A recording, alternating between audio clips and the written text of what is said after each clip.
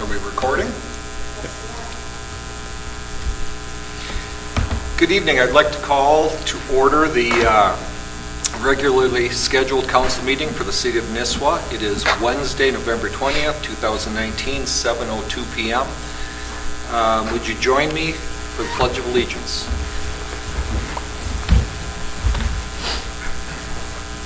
I pledge allegiance to the flag of the United States of America and to the republic for which it stands, one nation, under God, indivisible, with liberty and justice for all.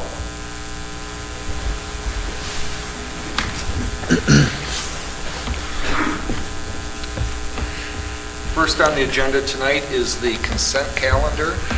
Are there any questions from the council on that? If not, I would entertain a motion. So moved. Second? Second. Second by Johnson. All those in favor signify by saying aye. Aye. Opposed? Motion carries.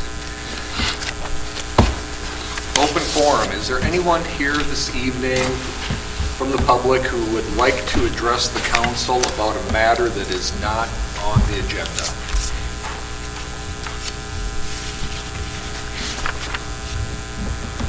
Seeing none, we will move on to item C2, Planning and Zoning Department update.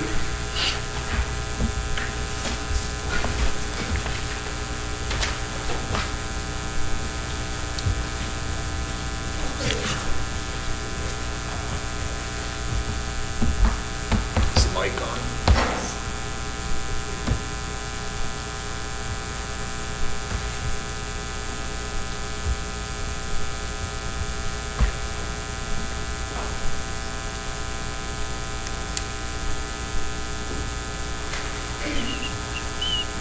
So when I first started, we had some catching up to do on some things that just been kind of overlooked in this over the last couple of years.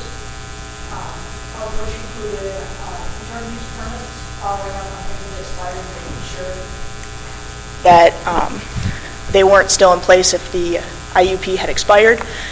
Conditions in relation to our conditional use permits. Filing anything that we approve for the Planning Commission has to be filed with the Crow Wing County. That hadn't been done, so we got all that caught up. We're back on track with that. When I first started, we actually had a wish list as well that had been put together by Ann and I believe Maggie as far as what we would like to see get done to kind of bring us up to par, get us moving forward. I'd say we're probably 70% done with that list. A lot of it had to do with updating the zoning map, updating the zoning code with previous approved ordinance changes, as well as relabeling our entire filing system. We also have been part of the Green Step Cities program for 6 years now, and in that time we have not progressed in the program at all. So when I came in here, we had a meeting with our Green Step CERTS representative and kind of brought up, how do we get going on this? How do we get some movement? And they gave us some guidance, and now we are a Step 2 city, which is kind of a big deal, and we are very, very close to being the first 3-step city in the region. So we've made a lot of headway very quickly, and I hope to keep that rolling. And I think it's something that as a city we can be proud of, but also I think our residents would be proud of, because we are the up north. We want to protect our water, our trees, our environment, and this is all focused on that and saving money while doing it. Brittany, do you have just a point or two you could share with us on that? Yeah. Just because I'm not sure how many people are even familiar with Green Step and what Step 1 and 2 is, and just a couple points of interest maybe. Definitely.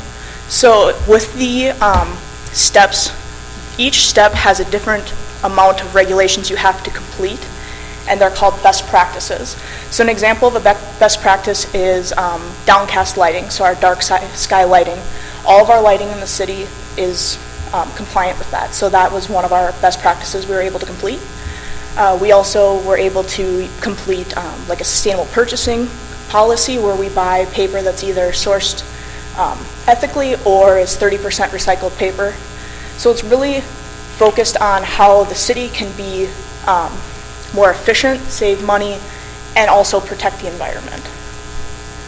Thank you. Yeah. And then we also did receive some signs that We're not 100% sure where we're going to put them in the city just yet, but since we're moving quickly, we decided to kind of share our glory, so to speak.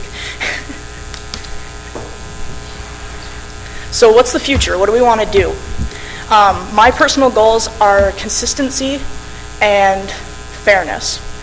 I think that there's a lot of misconception when people say consistency, especially with enforcement. I think that we should give everyone the benefit of the doubt. However, we need to get a little more on track with just being consistent 100% of the time. Not anything in particular, but that's just my goal, is consistency. I want to get an enforcement plan or policy in place. My hope is by the summer of next year. Just something to kind of give us a little more guidelines on, if this infraction happens, what are our steps? That way it's kind of goes to the consistency. Same way every time, every person.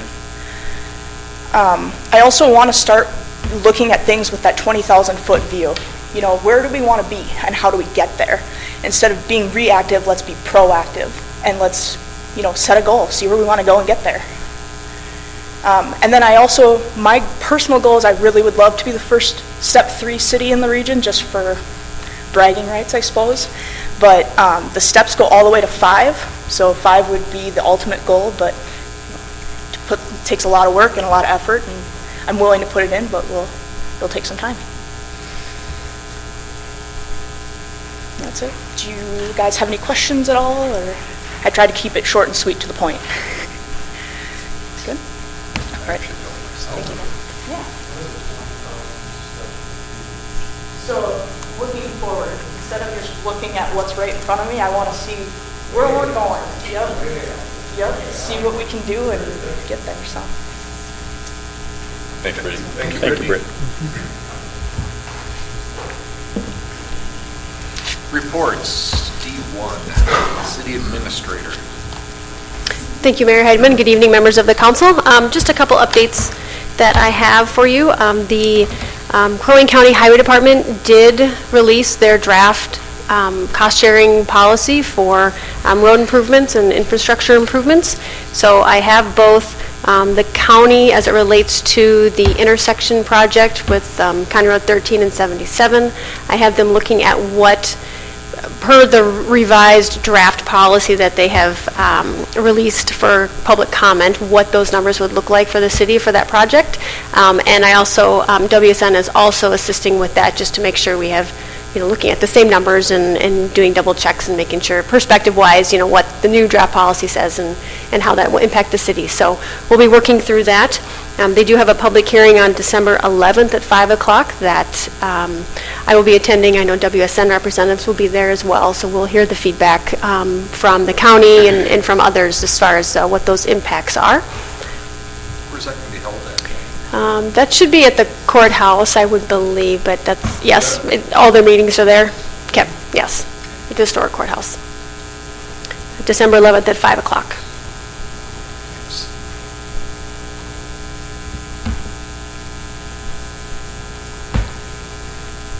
Just wanted to share with the council just briefly today that we were able to reach a tentative agreement with our supervisor union, so it was a positive day, I think, for all parties, and we'll be working with them to finalize that, and hopefully it will be before the council at your December meeting for approval.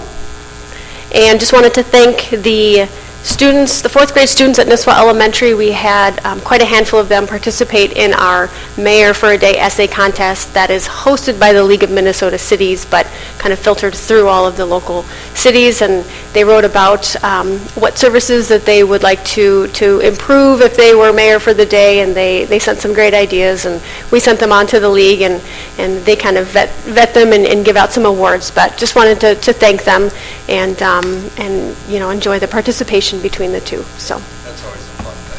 yeah, it's really fun. No volunteers to run the meeting tonight, though? No. Are we implementing any of their ideas? Maybe. And that's all I have, unless there are questions. Nope. Thank you, Jenny. Yep. D2, City Attorney. Mr. Pearson, how are you this evening? Good. Hello, Mayor and Council. What do you have for us? Got other things on the agenda coming up, but in this section of my report, Danny and I were discussing, this came up in the calendar reminder, that we are 3+ years now into a lease for the Nisswa Spirits building. And because that is set to expire naturally in 2022, it needs to be brought to your attention that we need to start planning on that. And I don't know what that planning becomes, whether that's some sort of committee to, or some persons or somebody's to communicate with the landlord to find out what their long-term intentions are. My concern moving from that last time was that we potentially could be at the end of the road on that lease whole, and so it's not too early to start discussing that to find out where we are about future prospects with that lease, and if not, then other options. And that doesn't seem like that long ago that we were going through extending sure that, does. but it's that fast, and so here we are. So I'm not sounding an alarm, I'm only asking for us to get in front of this. Okay. That's it? Yeah. Do we want to, what's the council feel about that? Do we want to? Well, does anybody know Mr. Schaefer well enough that could just reach out, have a cup of coffee, get some early discussions done? Ted? I don't, but I certainly could. I've known Ted for whatever. I mean, that might be a good place to start. Just get an idea where he's at and then report back and we'll go from there. Sure. John and I will look to get together with him. Okay. Okay. Great. Thank you.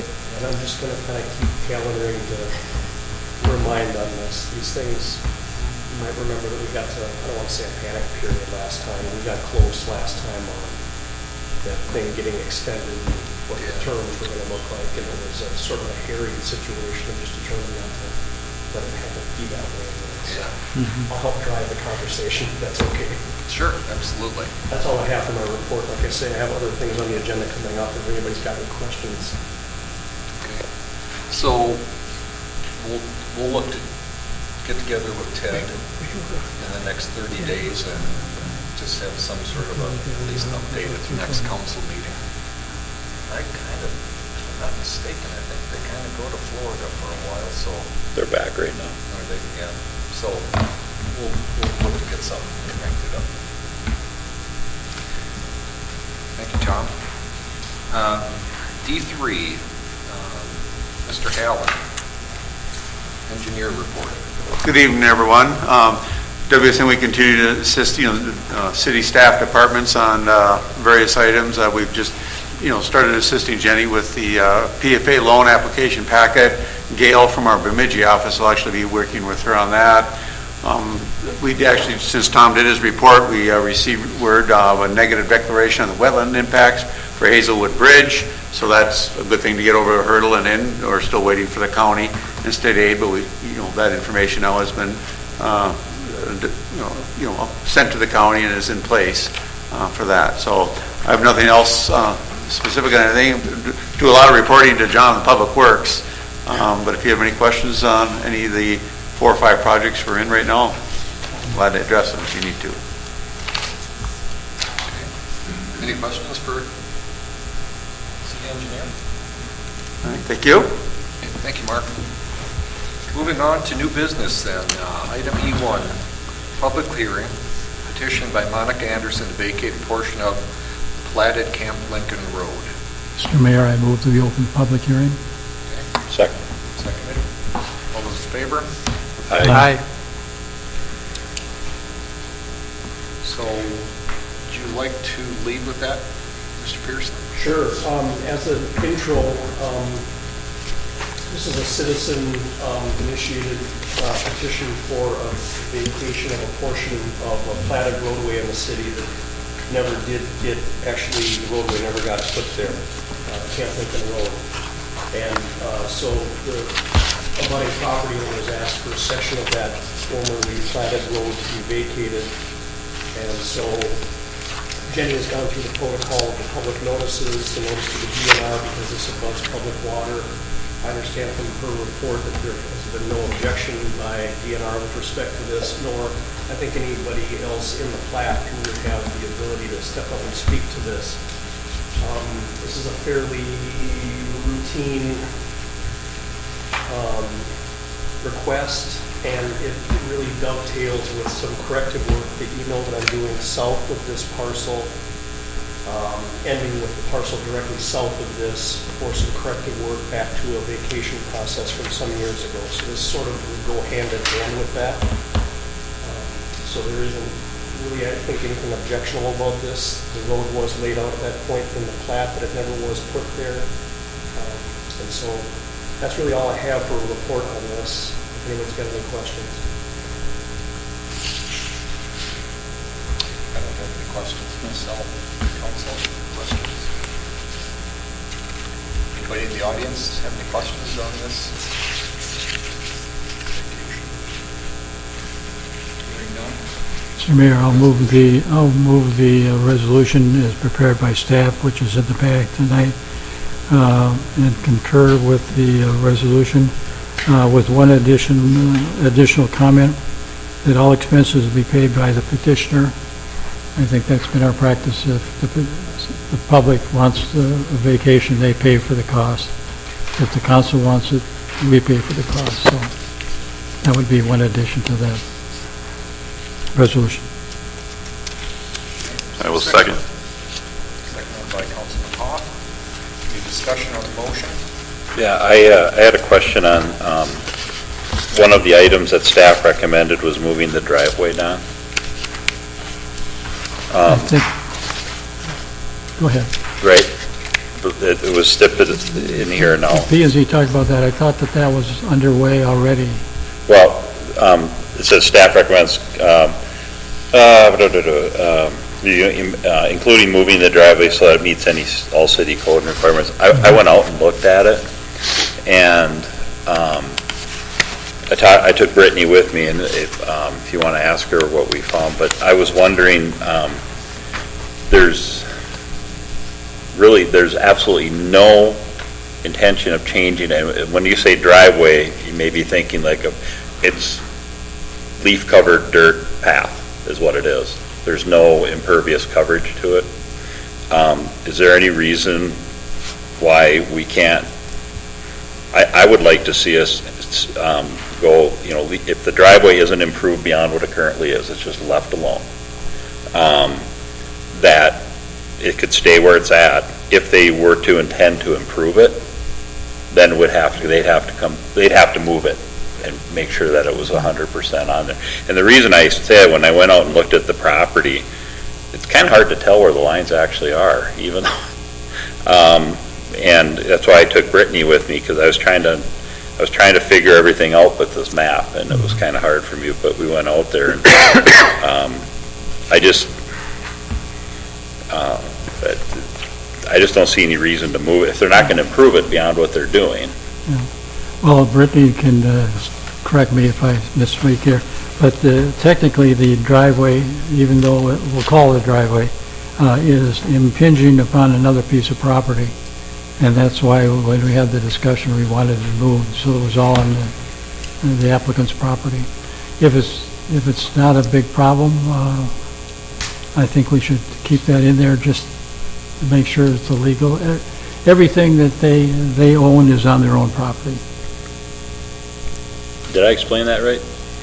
After visiting the site, I think that the intent would still be met if we allowed just their access point right now, just because there's no hard surface, and I would argue that it's not packed down enough that it's still pervious. So I think that all things considered, it wouldn't really, it wouldn't change our intent by allowing it to just remain. I agree, though, with John that if it were to ever go to asphalt, Class 5, anything like that, then at that point we would address it. But as it sits now, I think that it's sufficient. I believe there's also some questions as to different surveys are saying different things in there as far as Furcroft Commons go. I've been hearing that part, one survey says one thing, second survey says another thing, third survey says one of those typical deals. I would just, maybe once we get a real actual survey that is really accurate, that's, Well, I think the city attorney's working on Ferncroft, right? Is there any chance you can put that up, Jenny?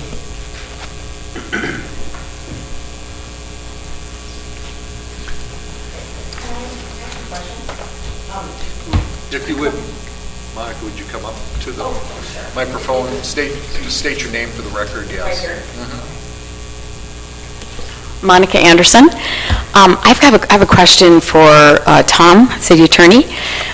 Could you kind of clarify what your process is for concluding the court-ordered business for the Ferncroft Road? I was a little unclear on that, and I just wanted to know kind of the process and the timing of that, please. Thank you. There is, Here.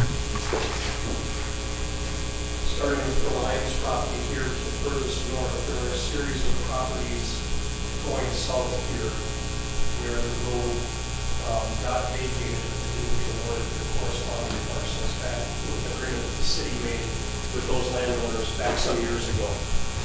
And because my opinion is that the city didn't follow through on what it was agreeing to do with those landowners in order to get that vacated, we are fixing that with the court process, and we have a motion here pending to amend that order to fix that. Monica, that whole process back in 2002 or whatever it was didn't include your property, but what you're doing here is akin to what that process was. And so I would really liken this to kind of a tag along to what that process was, and ultimately those landowners there are going to get awarded their corresponding pieces. What's happening here, at my advice from the city, is that the city isn't awarding that parcel to you by doing this vacation if they do it. They're simply vacating it. And that will leave it to you for another day to do what's necessary to fix the title to that, or to get it quiet, so to speak. Okay. So, in other words, I have to pay for whatever the process is to acquire that land that you vacate? Yes. Okay. And there are reasons for that beyond just not being obstinate, but I don't want my city councils in the business of awarding titles to properties, and so there's a court process to take care of that. It is generally true that when property in a plat, roads in a plat are vacated, they typically accrue to the abutting landowner. But I don't want to get into trying to vest title in landowners, except for this limited circumstance where we had a stipulated agreement with those landowners south of you from 17 years ago. So that's a little bit of an anomaly to what the usual protocol is. So if the city decides to vacate this, then you'll need to do what's necessary to take the next step to get title to that vacated portion in your name. Okay. And is it your suggestion that we table the whole status of the Ferncroft Road itself, or the path, whatever it is, because that seems to be part of another matter separate from my vacation request? Or So the second part of what's sort of, I think, kind of become kind of conflated here is I can't find evidence that further cross was ever vacated at all. Okay, I think that there was some attempt some years ago, maybe by Don O'Brien, and he can speak to that, or whether or not he attempted to make a request to this council, like, hey, this must be council some years ago to have that vacated. My information is that that didn't happen, and so these surveys that we see that show vacated portions of that were for the purpose of that request back in the day. But my information is that that's never been vacated. And so if it is to be vacated, it would take a separate effort now, independent of this one, in order for the city council to consider vacating that. And that has different implications because of the fact that it butts right to the lake versus the parcel that we're at issue with tonight. So, Don, I don't know if you have any title evidence that would tell me I'm wrong about what I just said about whether or not that ever You're happened. absolutely right. We didn't do a formal effort. I'm down the line there, right next to mine. We did not mount a formal effort to do that. We just checked them out. And there was some proposals that be closed. It's ridiculous. But it never was. So you're absolutely right. Yeah, and so we're talking about surveys that have competing information that might suggest that. My guess is that anything that's floating around out there that shows part of Ferncroft, the southern part here that would accrue to the Lions parcel would have been done in furtherance of that request, but never did move forward. So the best information I have is that Ferncroft has not been vacated. That's right. If I could just interrupt for a minute. Thank you. Mr. Ryan was talking about changing the road. But if this had ever been filed, if this had stated January 30th, 2005, it's 14 years old, it's never been filed. If that had ever been filed, this wouldn't be an issue because there's a carve-out right there where we've been talking about the road and where Monica is asking for property. And it's really clear from that. I would like to give you a copy of it, that the road that she's talking about would never be in question. If I might, just hand you this. This is, if you look up here in this corner, see there's a carve-out right there, where the red section is. If that ever gets filed, the road is not an issue. I just have a copy of what he's referring to, which is the attachments to the court orders. Can't tell what's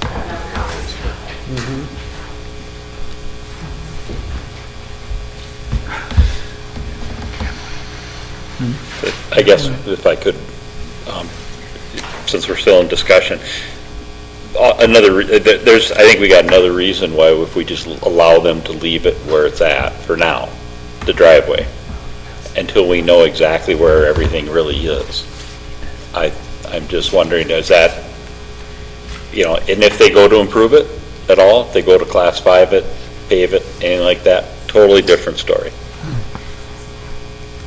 So a couple just thoughts about that, and one is that if in a couple of years there was a desire to improve that street or that driveway,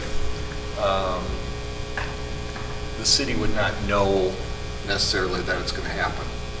And for the city to have something open-ended like that, I think I would certainly like to see some sort of resolution.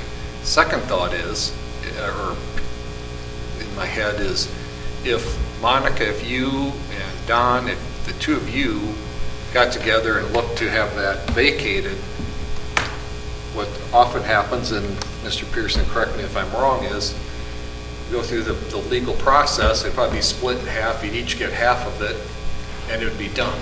So that would be another potential. I struggle a little bit with leaving it completely open-ended, because just for example, you sell the property, in 6 months, somebody buys it, they put a new driveway in, now the city's stuck with a problem.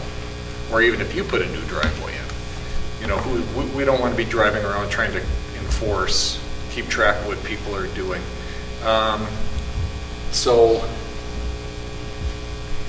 Is there a way to, first of all, I can tell you right now that the goal of that little place there in Ricky, and I appreciate the proactive being Councilman Ryan for going there.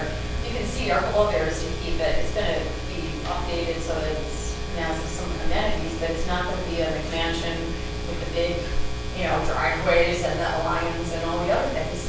It's just going to be a little cabin in the woods. It's just going to have some other things added to it, and it's going to be brought up to normal plumbing, let's just say that. So, I don't plan on dying anytime soon, or my family, and we're just going to have a little cabin there. So I understand this process, and I think it's going to play out pretty soon. We'll find the legalities of this Ferncroft Road, and I think Don and I would love to close that. We talked about it. And I think that there's a process for that, where you can get all the neighbors and everybody in the lake to say, yes, this is okay. DNR has to agree. I think we'll go through that process, but I don't have any intentions to having any sort of changes to that driveway other than what's already there. I might submit permits to put a bigger structure and maybe a modest garage, but not a McMansion in the woods, right? So I don't have any plans for that, and I'm just me, but I do think that I could apply for some sort of easement if you want some sort of permanent solution until the road gets fixed. But I would love Don and I to come up with a this, now that we have the public access down the road, and we realize that this little path that was originally designed to drag a duck boat in is no longer that. I mean, it's a berm, it's small, it's filled with trees, and I think people in the woods would be involved. They'd have to come to the hearing and accept that that was closed, but we would pursue that. Do you agree, Tom? Yeah, I would just say, if the city attorney mentioned earlier that he has something in the process for filing that document I just gave you, the road, her road is no longer an issue when that gets filed, because that carve-out takes in the road. I mean, there are ancient trees there, there's just a lot of reasons to not mess with the driveway, so to speak, but Don's point, let's wait for the legalities of the Ferncroft Road, commons, I guess, and, keep it separate from what I'm trying to get accomplished tonight, which is my ability to make my plans and get my show on the road in the spring and start my building. Quite frankly, as a neighbor, we're tired of her coming over and using our bathroom, so. For the record, I call in a brown outhouse every year, and I've been trying to find one with a shower and a hot tub.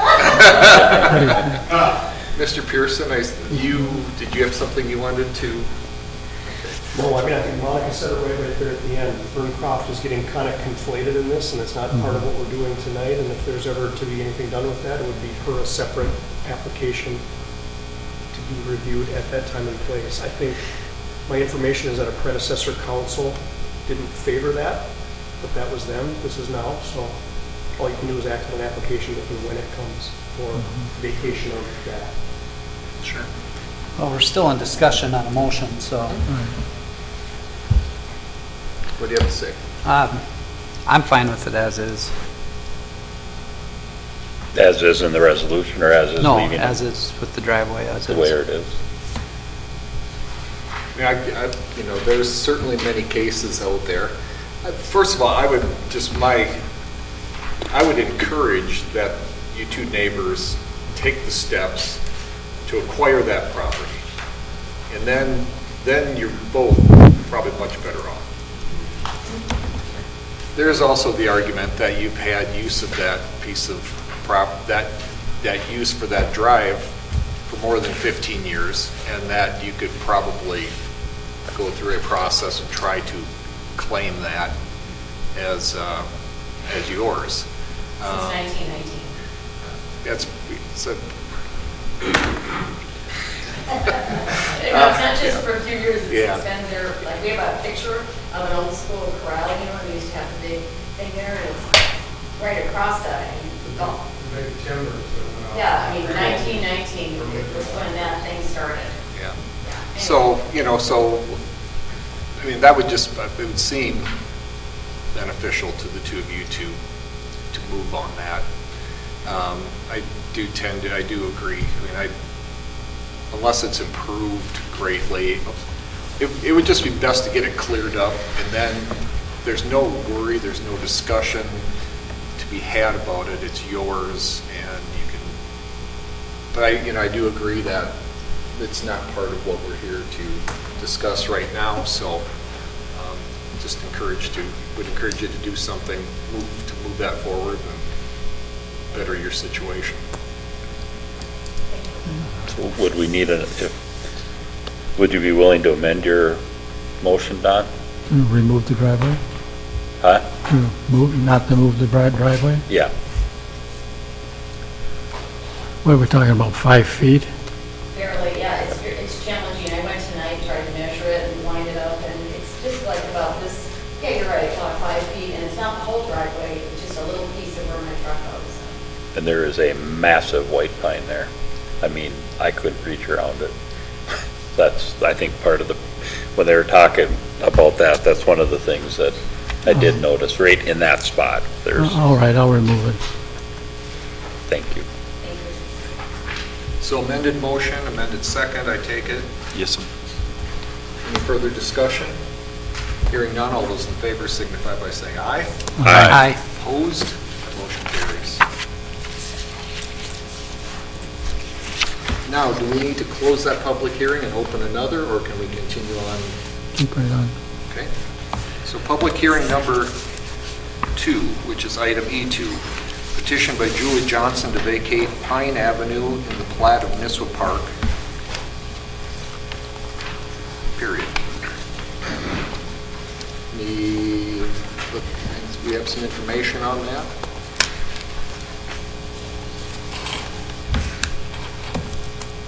I understand we have some interest in the audience this evening regarding this.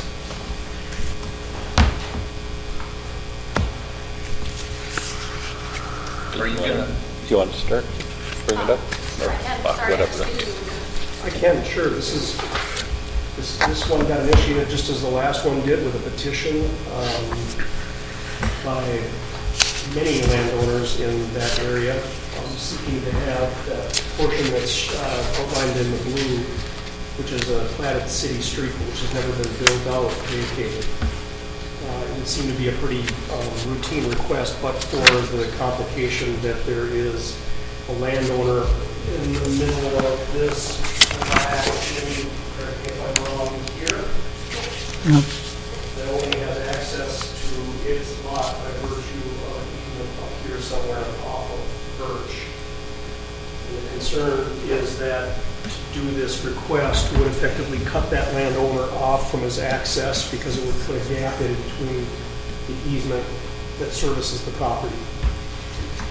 So we need to do a little more intel on that to find out from that landowner what his or her formal approval is of that. And so I recommended to Jenny today that this be tabled so that we can do some further study on that, get together with that landowner, and hopefully have this back on your agenda at the next meeting. So, Mr. Pearson, the petition is to vacate that blue portion, correct? Yes. And would that not then allow each property owner some right to claim that? Like their section? Well, this Or how would, because it cuts through so many properties, how does, it's not as clear cut as some. So would he, so would that person who owns that, I'm just going to call it kind of a back lot, would they be able to petition the court to gain access to their adjoining portion of that vacated land, or how might that work? Well, okay, so just in general theory, right? Mm-hmm. Having the particularities of this planting, when this vacation happens, then the rule generally is that half. It's a 50-foot. Half goes to each abutting landowner, right? And so the problem with this access is that although half would theoretically go to this landowner, the half on the other side would be cut off to the north of here, whatever this is north of here, thus creating potentially a landlocked situation. This is like... But does that thin strip on the top side of that, is that his access point? That's a permanent easement. Yeah. So he would have the 25 feet in front of that as well? Potentially a gap there. Oh, is there? Okay. So the other point that I wanted to make, though, Fred, to your question is kind of what you heard me say about Monica's. I typically, if councils are going to vote to approve to vacate these things, that's fine, but I don't want us to get into the second step that's always in a vacation, which is vacating it and then awarding title.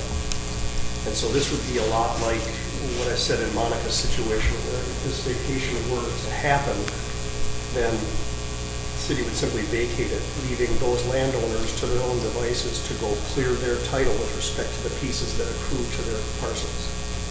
I don't want to get us into awarding property.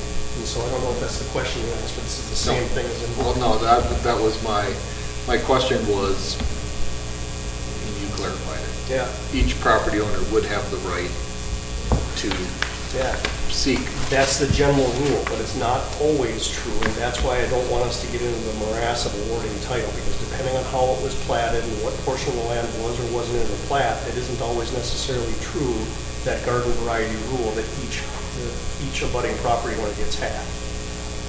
So when you say, just to clarify, when you say get half, they need to go through a legal process to get that half. Essentially a quiet title. Quiet title, it's called. So, I mean, I just wanted to clarify that because, The quiet title action would springboard or have its foundation that you vacated this, and the city would be named in that quiet title action, and we wouldn't take a position. But it would then be a court order saying XYZ parcel gets this XYZ legal description addended to their current legal description. You still want a table? What's that? Still want a table? Yeah, I think we need to, because we need to talk to... Mr. Mayor, I'll make a motion that we table the action proposed to the December meeting on the advice of council. Second. I'm going to, because hand was raised before the motion started, if you have something you'd like to say, for questions, whatever, please come up to the microphone and state your name and address and for the record. I'm Debbie Nordby. That little strip of property that you're talking about, my husband and I own. We also recently sold that piece of property that you're talking about that is landlocked, although at this moment it is not. So if the 25 feet was given to us on one side and him on the other side, we would naturally grant him easement. We don't have a problem with that. But my question is, what if we oppose this vacating? What happens then? It just sits like it has for 100 years? Well, if you're asking me, if the council doesn't vote to grant the vacation, then yes, it stays as you know it right now, which is there's a road through your backyard, but it isn't a road, and nobody treats it like a road, and it's just ground, right? Right. So if the city doesn't vote to vacate, it stays as it always has. If the city votes to vacate, then each one of those property owners potentially gets some land added on to their property description. So does that have to be surveyed and rewrote with the county at the expense of everybody that is joined to that piece of property? Yeah, every person that wants to have their respective chunk of land that got vacated attached to their legal description would be responsible to create that legal and then seek a court order awarding it to them. Is it not true, though, that it's not a requirement? Isn't the resolution attached to everybody's deed automatically? And then when a said property would be sold and a survey would be required, then the legal description is changed. Nobody's under the obligation to go out and get their property surveyed unless they would choose to immediately change the legal description, correct? Well, I can't say anybody's under an obligation. What I meant by that was if any abutting property owner wanted to have a share of the abutting road, for instance, this parcel wanted to have 25 feet here awarded to them. But it's an individual's choice. Nobody has to pay a recording fee or a survey cost. It's up to each individual property owner if they would choose to pursue that. We've just simply been asking for a road vacation, and I know typically the expense goes to the petitioner, but realistically, it's every individual property owner's expense if they choose to do that. That's correct, yeah. Okay. The only thing I just don't want a misunderstanding that all of a sudden everybody's under obligation to pay something. No, but the only reason the distinction I made, sir, was because I don't want anybody to think that by virtue of the city doing this, if it eventually does do it, that automatically those parcels accrue to the individual landowners. There would be a step to make that formally happen, and I can't speak to whether or not there would be title issues with respect to any of those parcels if it didn't happen, but that's for your advice. Thank you. Yeah. And then who would, I mean, if you have that surveyed and that added to your property, you're obviously going to pay property tax on that, correct? So, And if you don't ever do that, who pays the tax on that property? I don't know that it is taxed. The city is just vacating the road at this point, so I don't know that it becomes a taxable point. Okay. Okay, thank you. Thank you. You want the motion repeated, or do we want to, are we ready to move forward? Motion was to table to the December meeting on advice of council. That was my second. All those in favor signify by saying aye. Aye. Opposed? Motion to table carries.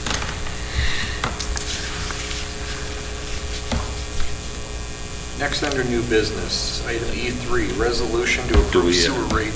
Do we have to close the public hearing? Oh, yes, we do. Yes. I'll move to close the public hearing. Second. Second by Ryan. All those in favor signify by saying aye. Aye. Motion carries.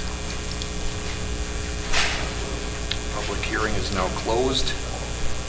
Item E3, resolution to approve sewer rate increase.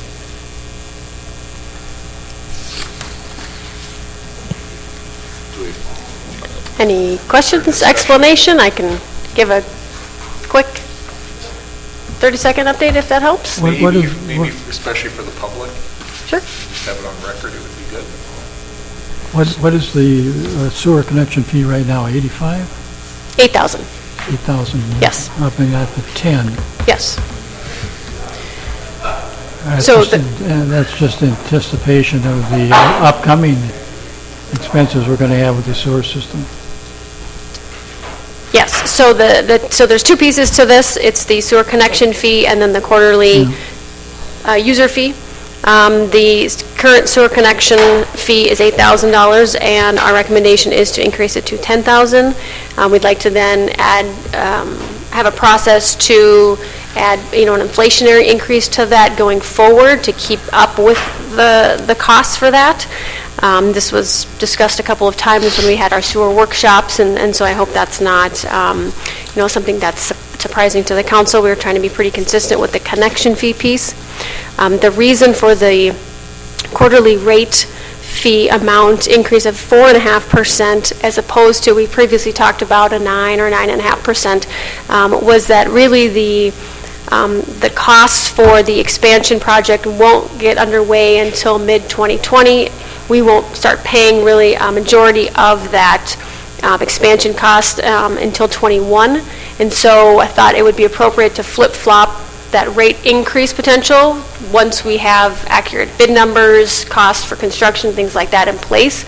Then we can see what that increase is due to, in part to the expansion and the rehab piece of the expansion project. So 4.5 was our goal for doing the inflationary increases on an annual basis, and I thought that'd be appropriate for 2020, and then further review the rates, quarterly rates, once the expansion project is underway further. Any questions, council? Motion? I'd make a motion to approve the resolution adopting the increase in sewer rates as presented. Second. Seconded by Ryan. Discussion on the motion. Hearing none, all those in favor signify by saying aye. Aye. Opposed? Motion carries. Item E4, resolution certifying unpaid sewer charges. Mr. Mayor, I'll move the resolution certifying unpaid sewer charges as prepared by staff.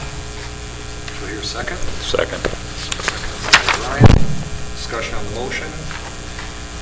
Hearing none, all those in favor signify by saying aye. Aye. Opposed? That motion carries. Item E5, recommendation from Public Works Committee regarding proposal for engineering services for lift station number 3, replacement and lift stations 1 and 4 improvements. Is there any new information that we should hear forward with this?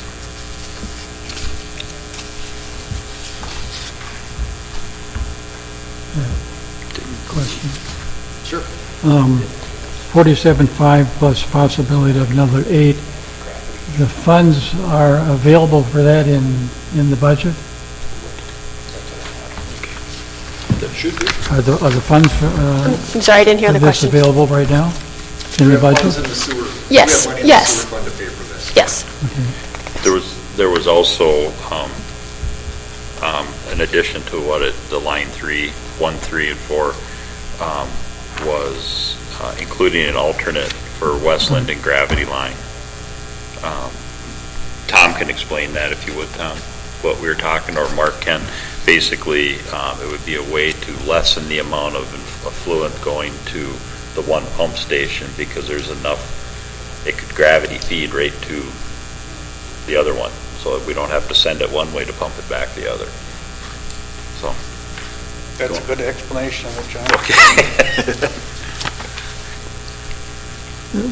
Going back to the question of, do we have money to do this? Is it out of the savings, out of the regular yearly budget, or is it out of the savings that we have outside the yearly budget?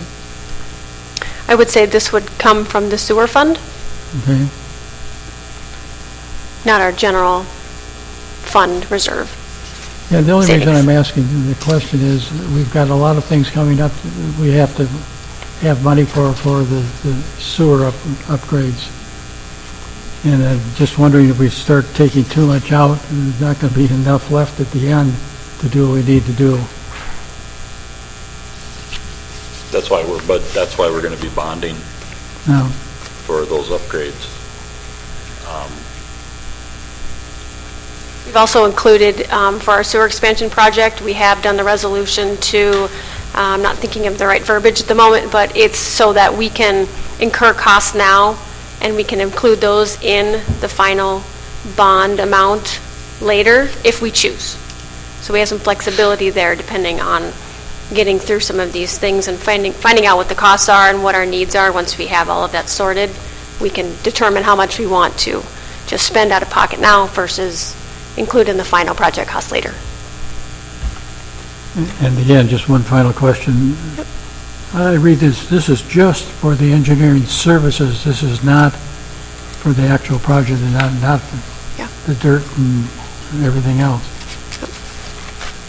Do you have any idea on what the cost for the piping and everything else is going to be in the lift stations? I mean, we're doing the engineering for it. Well, I guess, because I do that, and I put that in the second paragraph of the proposal, just advising the city that they should consider a construction budget of $350,000 for lift station number 3 with the generator, and then budgets of $130,000 each for control panels and backup electrical at 1 and 4. So that's the scale of the project that the city is considering at those 3 lift stations. There was, Mark, wasn't there some talk too that the one lift station just had a new panel, and if it can be used in one of the other ones? Well, correct. I mean, Yeah. City staff replaced lift station 3 panel about 3 years ago, I believe. And, part of the thing is that the alternate is favorable. We may just be able to move existing lift station 3 panel to lift station 4. We made about an $18,000 investment 3 years ago, and as John said, we would, look to just reuse that, repurpose it as a smaller lift station. Yeah. Well, with the engineering fees and the cost of actually construction, you're at a little over $500,000. And you're saying that you're going to take all those costs and roll them into the bond later on? I'm just saying that we should do the engineering to determine exactly what we need to have done and how much that will cost. Whether we do them all now or we phase that is a later conversation. So It just certainly out of can curiosity, snowball. Because simply speaking, water runs downhill. And when it gets to a certain point, you pump it. What sort of engineering needs to be done that's going to cost $55,000? Well, we're looking at moving a lift station completely into a new spot based on, I'm not going to be able to speak to those specific reasons. Mark could probably do that, but I think there's definitely a need for that consideration. City staff right now, lift station 3 is location at Nokomis and West Linden. East Linden. Excuse me, East Linden. Now it's corrected me 20 times on that. But they say that's, as the mayor's asking, so I 5 in East Gull Lake that we are now relocating back either tomorrow morning doing Cape Vicus, and we started up next week. That agreement with the city of East Gull Lake to move their lift station number 5 that I signed with them. There's actually 4 consulting firms that went in on it, and our proposal there was for $56,000 for the city of East Gull Lake that lift station. So that was just a comparison I gave to Public Works here in Nisswa. That it's not only the lift stations, we have to work with the property owners as far as property, because they're there, we're switching easements around, so there's, and plus we have to work on how we're gonna get the lines over to it, and then the new discharge forming, getting up onto Nokomis and tying into it. They say if you really just rework lift station number 3 at its current location, yes, then the cost is half as compared to trying to relocate it somewhere else. It's considerably less work. But Mark, can you explain why we need to move it? Yes, that was my question. Why it needs to be moved? Well, the main, I'll say, from the standpoint of the current location allows you no flexibility to, I'll say, deepen it and expand it from that. But the other major concern is, as Tom has for a lot of years, odor issues. And that was one of the items that, as we just look at as far as relocating this lift station, is to move it further away from that intersection. And then also in the new, in the design, actually looking at a forced, I'll just call it a forced draft system that will exchange the air over and exit it up into the atmosphere 10 to 20 feet to help control odor issues. So that's one of the, I'll say there's 2 factors relocating, but also now trying to come up with a permanent system to better address odor issues is one of the primary reasons for lift station 3 relocation.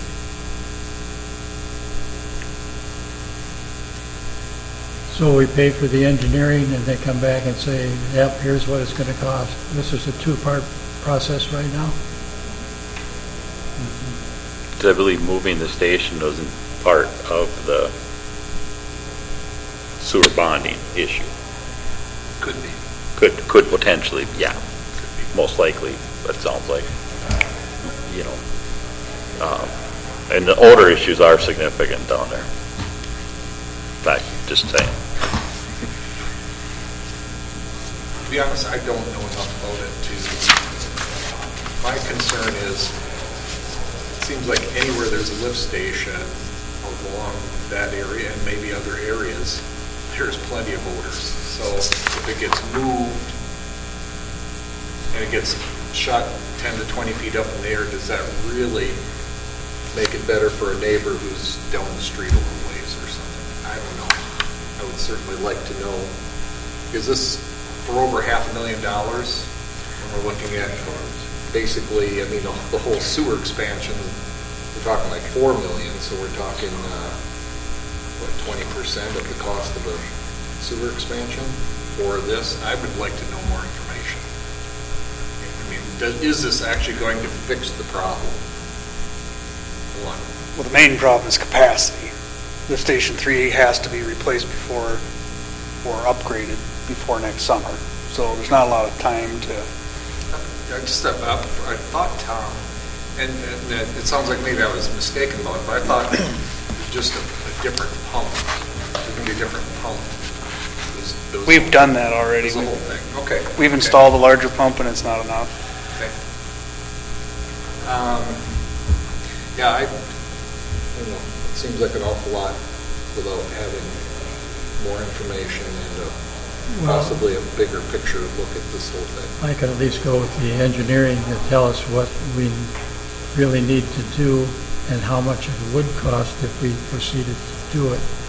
At that point, we would have options. You don't have an option if you don't have the engineering study done. So I could go for the study part. I would say this about the location, probably. Does it only get moved like 30 feet or something? It's getting moved further to the north where it is now, most likely. Like roughly how far? 100 to 150 people. And as I say in the last paragraph of the proposal here, everyone, I say this proposal is based on Grandview of Green. if the city, the initial step is to sit down with them and see if there's a part, to see if there's a feasible alternate location that both parties can agree to. If the current landowner can't agree to a location, then really, your only option is then to go back and just reconstruct lift station 3 at its current location. And then if that happens, I would have to come back with an amended agreement, correct, for, as I said, now we're going back and going to replace it where it is, and we're not looking for the city to acquire different property and, and work out the easements and everything for that. So, I looked ahead, that's what I say in the last paragraph, Representative coordinates that this meeting with Brandon is one of the first steps.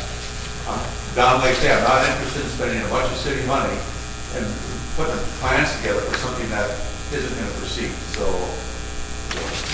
So just a point of order, scheduling, wouldn't it make a lot of these logical to get together with the resort and have that discussion and see where it goes, and then sounds like a 1 to 2 hour discussion, and then see where it goes, and then take another gander at it? Have we already had that discussion, Mark? With Grandview? We had an informal verbal discussion, okay? It's not part of another meeting. As the mayor said, that's what I'm proposing here is, in this first step. And, we have to do the survey. So really, I'll offer this. On the first phase of it is site survey and field data collection at $5,800. I'll just offer, what I'm hearing is that's the step you really need to do to find out, yes, a plan available, an agreement, and that it looks, it is viable then to proceed with, alternating the location for lift station number 3.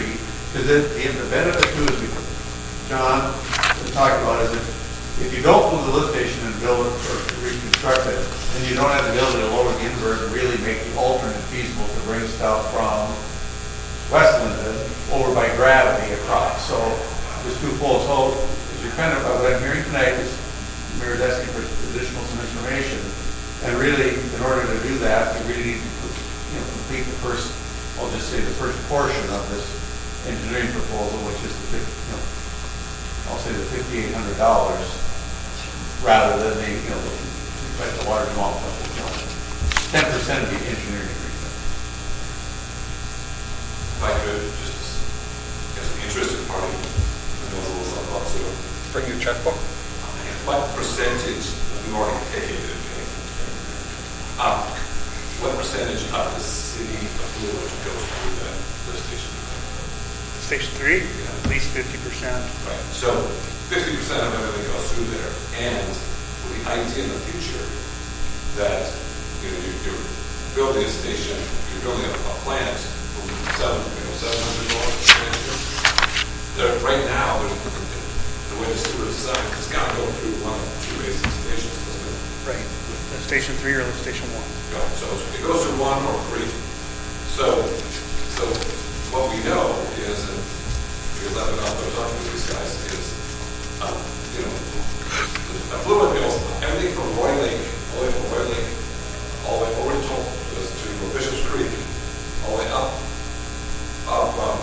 Dutchman's Bluff, and all the way, everything goes into this tank. It goes through this tank. So at some point in time, even if it wasn't too small today, they're looking at today, not very far out the road, where it will be too small. I know we would like to, for sure, understand if we're going to move it, because we have trails going in, parking, paths, and all the stuff that's happening, or moving buildings, we really like to know where it's going to go.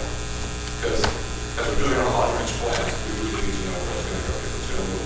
We're all about moving. The one caveat I would add is I would like it to be a little more aggressive about charcoal filter cartridge system or something else to really make sure that, again, the more we put through there, the more stuff Port Farm is going to be. So we would really encourage them to be more creative initiative in the air about getting a new guidance system. So if this stuff is heavier than air, so it's going to come back down, it's going to sink. So anyway, that's 2 of my comments that I have. And I guess one thing I told the Public Works Committee, had Landecker had a crystal ball 20 years ago, they would have flipped lift stations 1 and put the big lift station by Hazelwood Bridge and the smaller one down by Grandview 3. In a perfect world, crystal ball, hindsight tells us they would have flipped those. If lift station 1 was down where 3 is, you wouldn't be having this capacity discussion and issue now that you're having in 2019. I mean, hindsight tells us 2020. So, and that's partly what it is everyone, your lift station 3 is your pump that's pumping 65 to 70% of your sewage coming to your plant.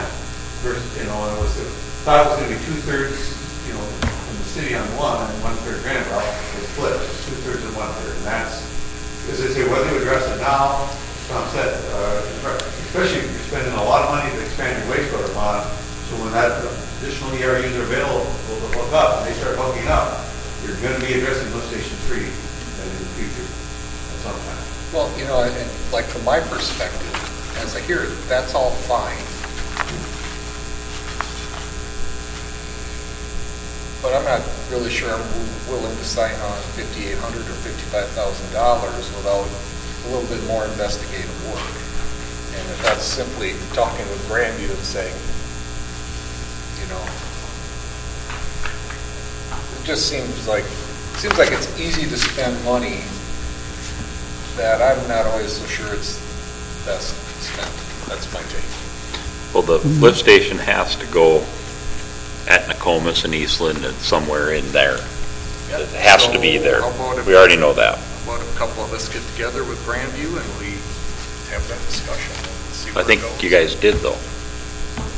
No, we've had, I mean, from off, From a practical standpoint, though, Mark, there's only one place to put it. I mean, it's in that corner there, because you got to catch everything coming from the west, everything coming from the east, and then it's got to go up the force main to the main plant. So, and you're kind of talking that area where Kids Club used to be, right? The corner there, yeah. Well, Mr. Mayor, I'll move we approve the WSN proposal for engineering services for Lift Station 3 replacement and Lift Stations 1 and 4 improvements at a cost not to exceed $47,500 and include an alternate for the West Linden gravity line at a cost not to exceed $8,000.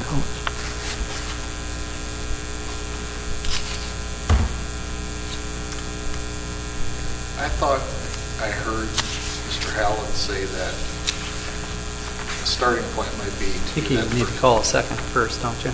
Or we have a discussion. I'll second it. Mark, go ahead, Mr. Mayor.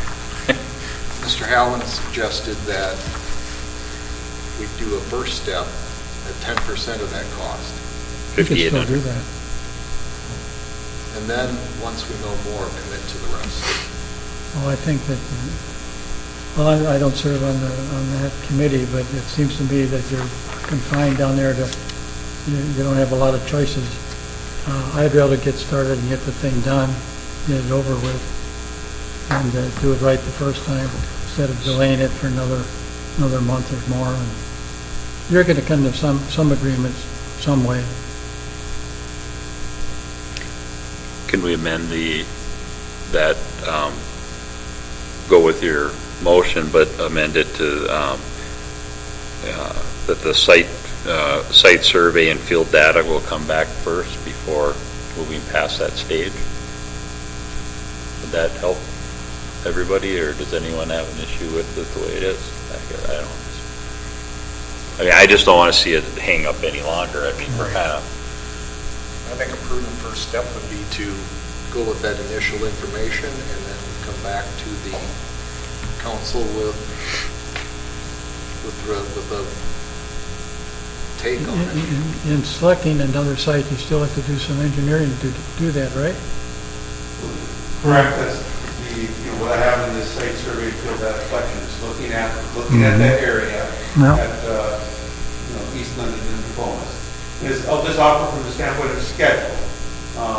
If the city council wishes to, like you say, do this intermediate first step this month before they make a decision in December, that does not impact. We still have to go through the design on whatever project you decide on.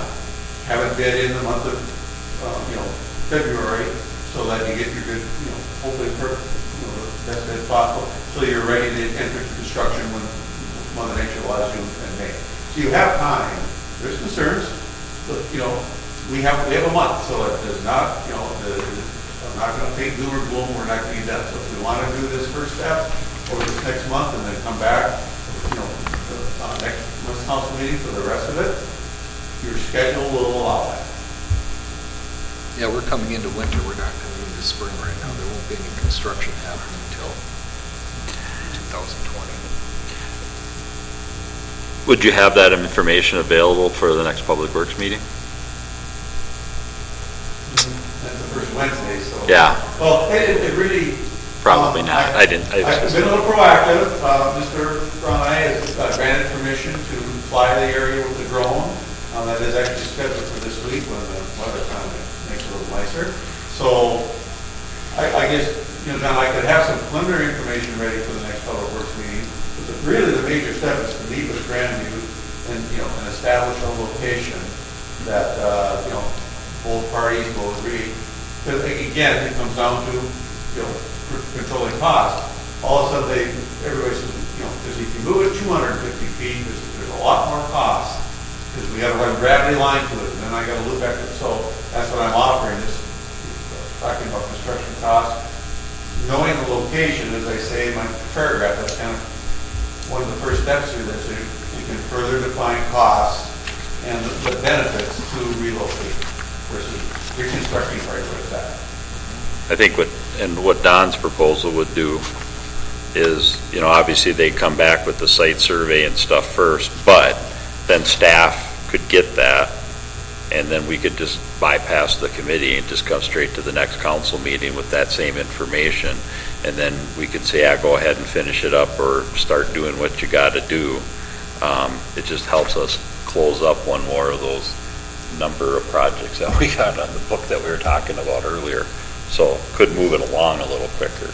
So instead of us everybody having to wait for us for another meeting, they could just, he'll have this information, come back to us at the next council meeting, but then we don't have to go through all the steps again. And staff can just keep moving on and get that going.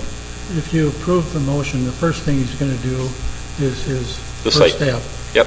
And he's going to know that right away. And if he doesn't have an agreement, he doesn't find a site, he's not going to proceed with anything else anyway.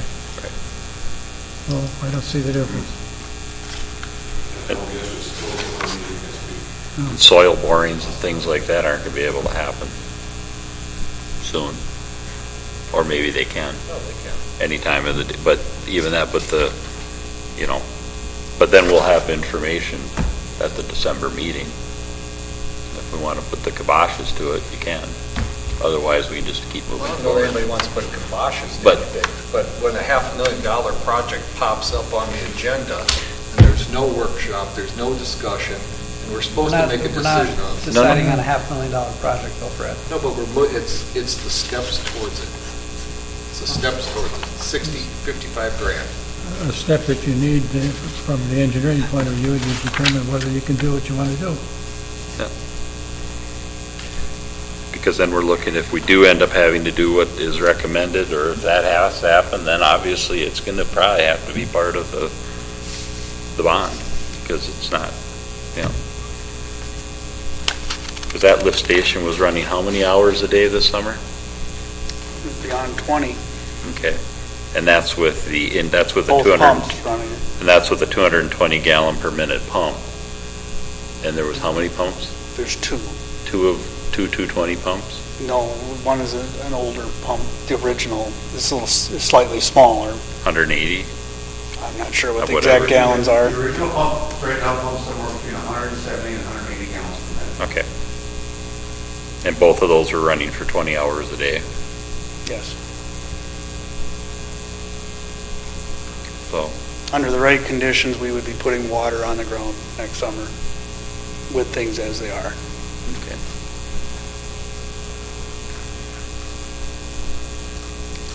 All those in favor signify by saying aye. Aye. Opposed? Motion carries.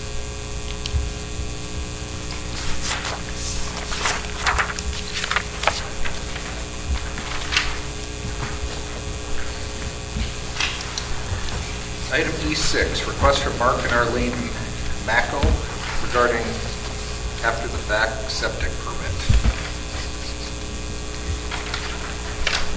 Mr. Mayor, after reading the information attached to this, I would move that the City Council agree with the Planning and Zoning Administrator and charge a regular septic install and inspection fee at the normal $80. I'll second that.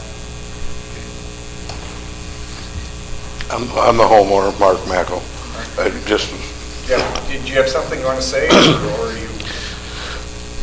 I guess no, I was just going to offer any information if you guys needed it, so. Okay. I know that I made repeated attempts to get this taken care of. I'm not sure how we slipped through the cracks on the deal, but I do have some proof of my attempts that I made to contact the City Council about this before. So I appreciate what was said with the letter from Brittany and with what he just said, that I would like to just clear it up by paying the original fees and go on with the situation, so thank you. All those in favor? Aye. Opposed? Motion carries. Item E7, recommendation to remove Brittany Cotner from probationary status. I'll make that motion. Great. I'll second that. Any discussion on the motion? Hearing none? All those in favor signify by saying aye. Aye. Opposed? Motion carries. Item E8, recommendation to approve hiring police officer. I can just speak to it briefly. Just as stated in my memo, the Chief of Police, Chief Taylor, and I have discussed, instead of filling the sergeant position with a similar level, continuing the sergeant spot, we'd like to just bring in a police officer at this time. We have a great group of officers right now. The department's running well. We think that would be a good option for then allowing one of our current staff members to fill a sergeant role within the next year or so and give them an opportunity to work through that, and it's kind of where we landed. So happy to answer questions. Okay. Questions? Would you like to make a motion? I'll make a motion that we approve the hiring of a new police officer. Second. Second by Johnson. The motion should probably contain the idea that they didn't want to hire a sergeant, they wanted to hire somebody internally. Okay, as presented. As presented, yeah. Okay.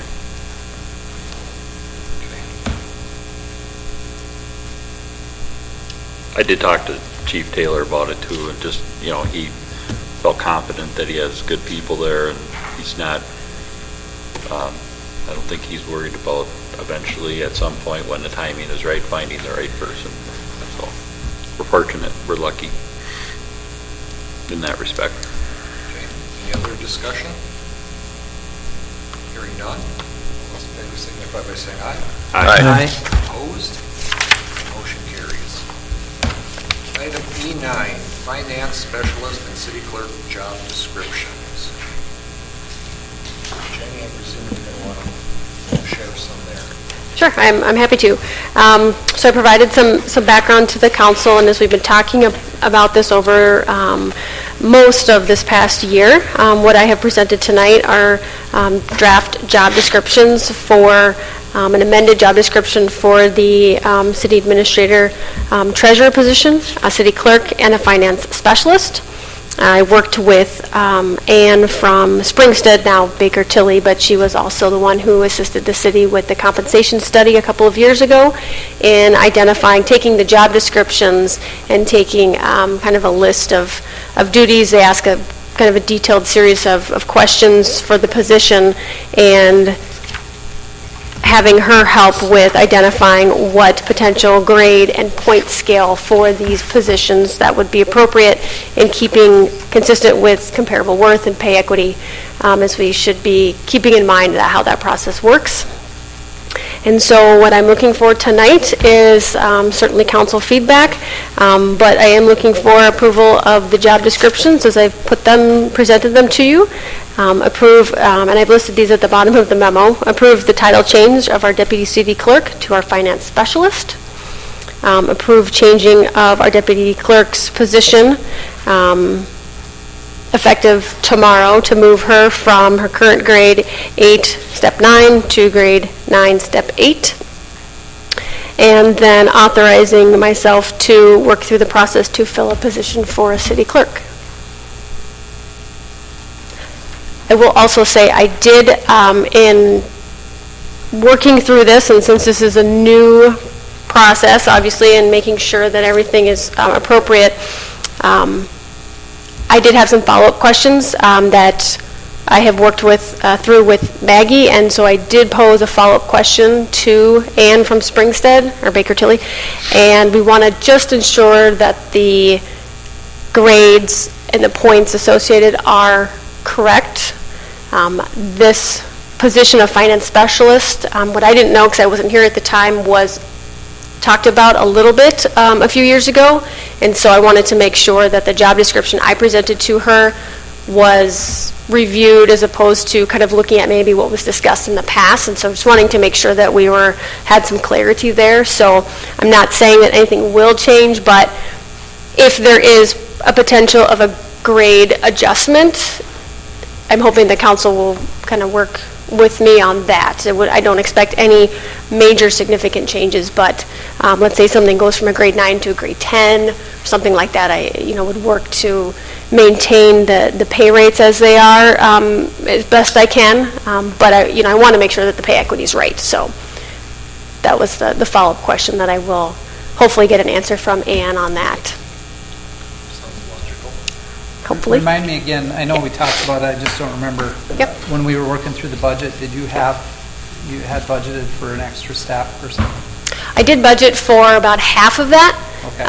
So I didn't budget fully for it. Okay. But I did want to at least get something there to account for somebody. Well, the three people involved are you, Maggie, and Donna's position? Is that What was right? your question? The three people involved in this would be you and Maggie and Donna's position. Well, there's a fourth. So the city clerk is a fourth. So myself, the deputy clerk, who would be the finance specialist. You want to hire a full-time person, a brand-new full-time person? Correct. And then Donna's position eventually would, at some point in time, hopefully never, but if she does leave us. Yes, if she decides she really wants to retire, then what I would propose is that we don't fill that position right away, and we see how the office works from a service standpoint and all of that, because we would have 3 full-time employees. So I certainly want to give that a try, hopefully many years down the road.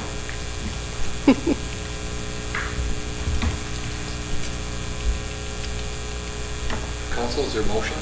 Can we do it all in one motion, or should they be If you're okay with all the points, that's fine. It would just be a matter of that council's comfort and the action items.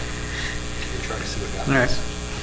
So I would make a motion to approve the job description changes and outlined, or as outlined by city staff. Second. Good enough. Is that 1 through 4, or is that just job Yes. descriptions? 1 through 4? Yes. Okay, I just want to make sure. Items 1 through 4, staff recommendations. Yeah. Amend my motion to include 1 through 4 as presented. Second? I seconded it. Yeah. But just Seconded again. Yeah. Again, adjusted second. Okay. Again. Any discussion on that motion? Hearing none, all those in favor signify by saying aye. Aye. Aye. Opposed? Motion carries.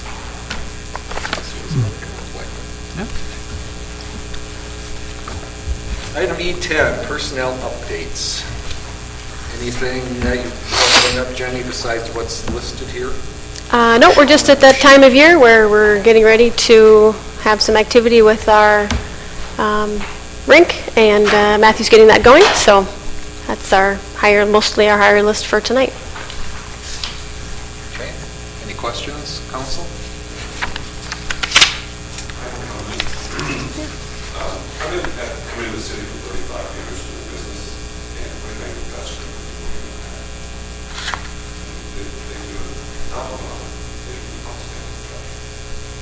Duke kept us with a very difficult situation where employees killed themselves on the ground, and he came and participated in aftercare, and he was his own real asset.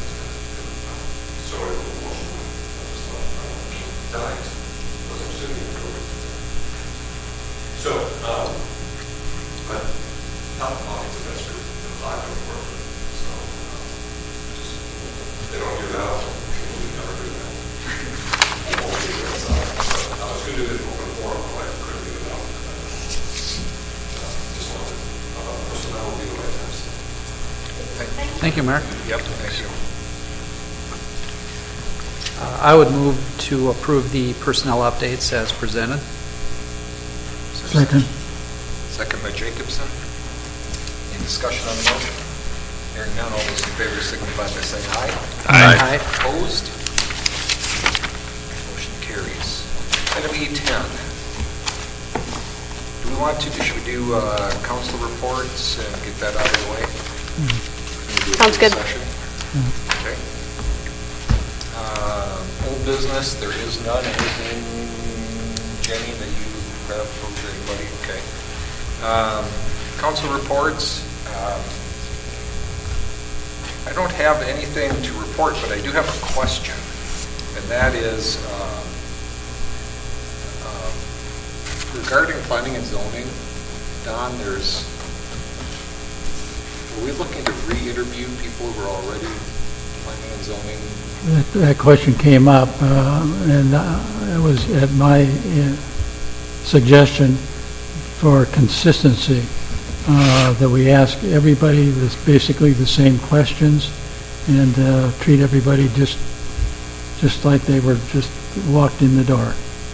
So, yeah, we were trying to have a consistent interview, and we're going to interview everybody the same way. And when you say, because I'm trying to understand, I don't know that's ever been done that way.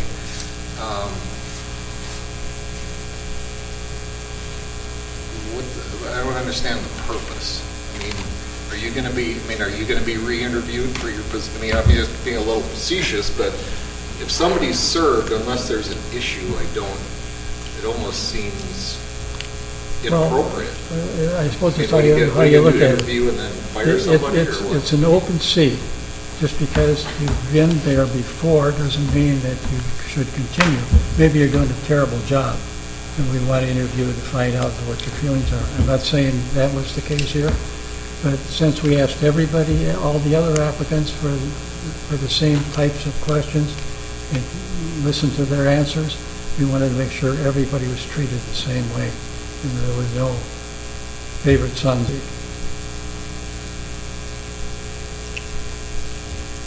It just doesn't, seems demeaning to me. I mean, if somebody served, you already know a year. You kind of serve for a specific term. Right, but you already know the person. You know they're there. You know if they show up. You know what they. I just find that, personally find that disrespectful almost. Well, that's what we did. We wanted uniformity. You have to start someplace. So then I just ask, are you getting interviewed for your position there? Oh, when my time runs out, if I want to do it again, I assume that I would go through the same process that you would send anybody else through. It's not my seat, it's the city's seat. And if I wanted to serve, I'd have to go through it just like anybody else. Just like you go through an election every 2 years. Personally, I just think that's demeaning. That's my take. So, okay, thanks for the explanation. That's all I have. I had a question for the administrator. Cell phone antenna, how are we doing on that? We haven't done a whole lot, but certainly is not forgotten. Are we going to have a budget meeting in December prior to the next council meeting? I definitely think we should. I've been waiting for property tax statements to come out. I received the final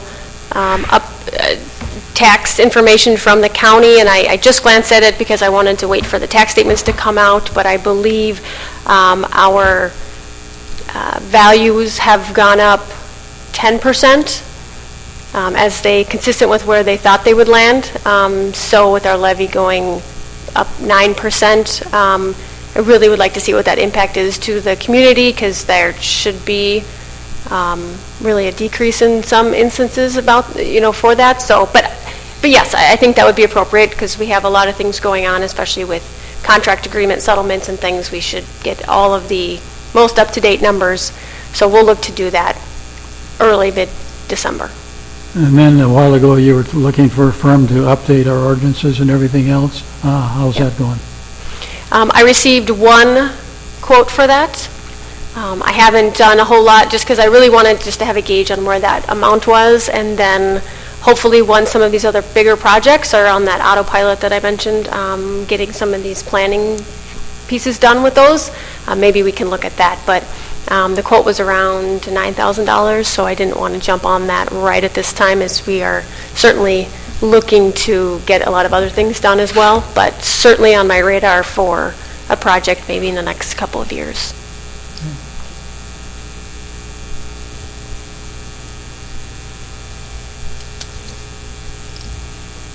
Anyone else? Other than that, announcements? Yeah, I don't. Someone wants to read them, fine, otherwise Oh, we'll just accept them as they are. well, Parks and Rec is not meeting in December. Okay. Anyone else? Okay. Motion to close the session. Will adjourn immediately afterwards, I would presume. I'll move that the city council go into closed session pursuant to Minnesota statute 13D.05 sub 3C for consideration of offer for property purchase. Following the closed session, we will come back into a regular council meeting just for adjournment. Second. All those in favor? Aye. Aye. Opposed? We'll take a couple-minute break while we switch the tapes over. And yes, sir. Jenny, on the record, do you have, excuse me, property identification numbers you can recite on the record? Oh, yeah. For those? Someone?